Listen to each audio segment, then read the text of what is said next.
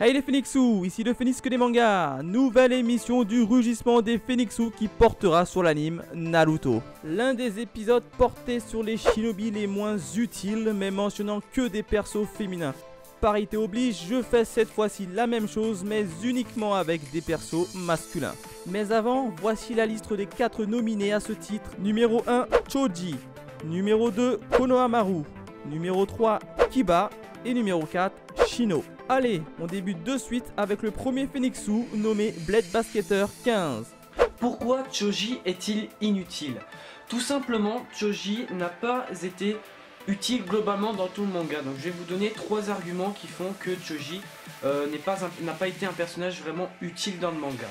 Donc, déjà, premièrement, Choji n'a pas, lors de sa première apparition, lors de l'examen Chunin, n'a pas vraiment eu déjà peu d'apparitions, mais en plus, lors de son apparition, il n'a pas fait grand chose, notamment quand Sakura a essayé lors de la deuxième épreuve, la deuxième épreuve dans la forêt de la mort, quand Sakura affrontait elle seule les ninjas du son et qu'elle a reçu l'aide de Ino, seul Shikamaru l'a aidé et Choji n'a pas fait grand chose, il n'a rien fait, il n'a strictement servi à rien. Il n'y a eu à ce moment-là que Ino et Shikamaru qui ont servi à quelque chose. Ensuite, pour mon deuxième argument, j'aimerais parler globalement du manga, globalement de Shippuden. Il n'a servi strictement à rien, c'est un personnage que je pourrais qualifier de secondaire, il n'a pratiquement rien fait, à part peut-être même lors de son combat face à Hidan et Kakuzu. La deuxième partie, donc je vais pas parler de la première partie quand il y a eu encore Asuma, mais ça c'est normal parce qu'il n'était pas là. Mais j'aimerais parler quand il y a eu Kakashi, Shikamaru et Ino. Il n'a pratiquement rien fait, hein, à part une attaque contre Kakuzu. Il n'a pratiquement rien fait et c'est dommage, hein, parce que ça aurait pu être un moment important notamment pour lui. Bon, Ino n'est pas non plus mieux, mais bon, c'est tout de même, voilà. Et j'aimerais parler de mon troisième argument, c'est lors de la 4ème Grande Guerre Ninja. Oui, lors de la 4ème Grande Guerre Ninja, Choji n'a pas servi non plus à grand chose. Pareil, il n'a pas eu tellement d'apparitions. Peut-être là où je pourrais dire qu'à un moment il a été très utile, même si ça a été compliqué au début, c'est le combat quand il a affronté Edo Asuma, où là c'est plutôt lui qui a servi à quelque chose, c'est grâce à lui que Asuma a été scellé. Sinon Choji n'a pas vraiment servi à grand chose pour la suite des événements. Face à Obito, il n'a rien fait. Il a été emporté comme tous les autres dans les arcanes lunaires de Madara. Voilà en quoi, pour moi, Choji n'est pas un personnage pas vraiment utile au manga. Et j'aimerais rajouter une petite chose, un autre point positif pour Choji, c'est où il a été aussi vraiment utile, c'est lors de du dernier arc de Naruto, lors de la récupération de Sasuke, quand il a été emmené par les ninjas du son pour retrouver Orochimaru. Là où il a été vachement utile, c'est quand il a affronté, et d'ailleurs c'était épique, c'est quand il a affronté Jirobo et qu'il a réussi à vaincre. Sinon, je n'ai pas trouvé d'autre chose qui serait bien en fait à ce personnage. Donc voilà, donc c'est dommage pour Choji. C'est un personnage qui aurait été, je pense que ça aurait été mieux de le développer plus, parce que ça aurait été plutôt bien sympathique. Et on voit que lors de ses combats que c'est un personnage valeureux qui n'a peur de rien, même si voilà, il mange beaucoup. C'est un personnage qui n'a peur de rien et c'est dommage, hein, parce qu'il est tout de même fort. Et dans Boruto, bah, on le voit pas, donc c'est normal. Voilà, c'est tout pour le personnage de Choji Akimichi de Naruto.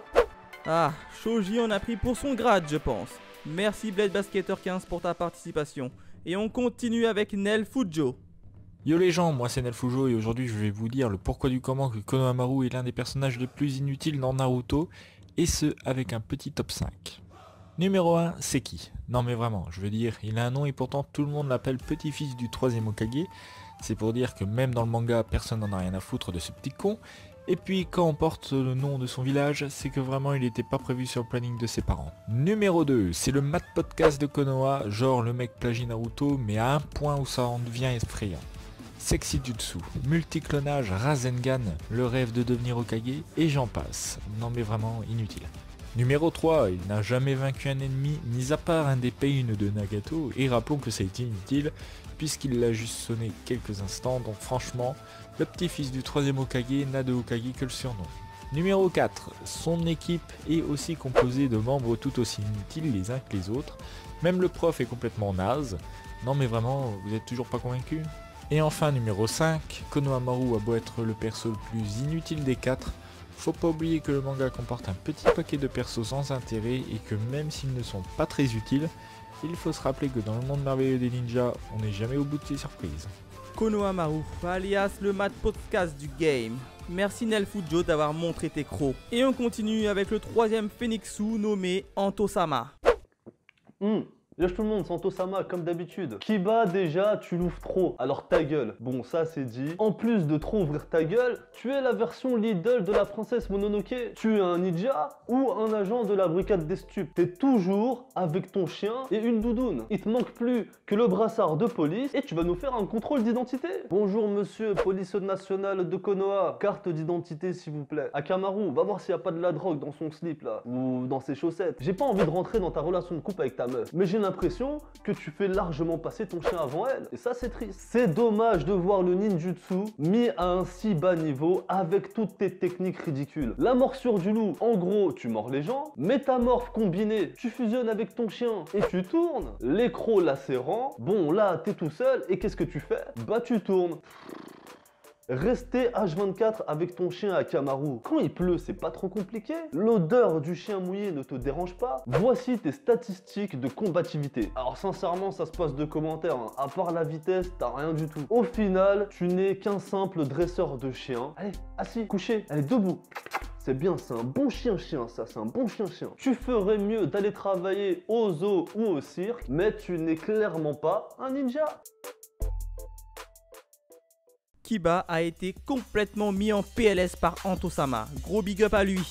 Et voilà, c'est tout pour moi. N'hésite pas à me laisser ton avis sur la vidéo et à me dire qui est pour toi le shinobi le moins utile. Je tiens également à remercier tous les participants, ils ont tous été extra. D'ailleurs, n'hésitez pas à aller checker leur chaîne, les liens se trouvent dans la description. Tu peux aussi me laisser d'autres sujets qui seront peut-être sélectionnés pour un prochain épisode.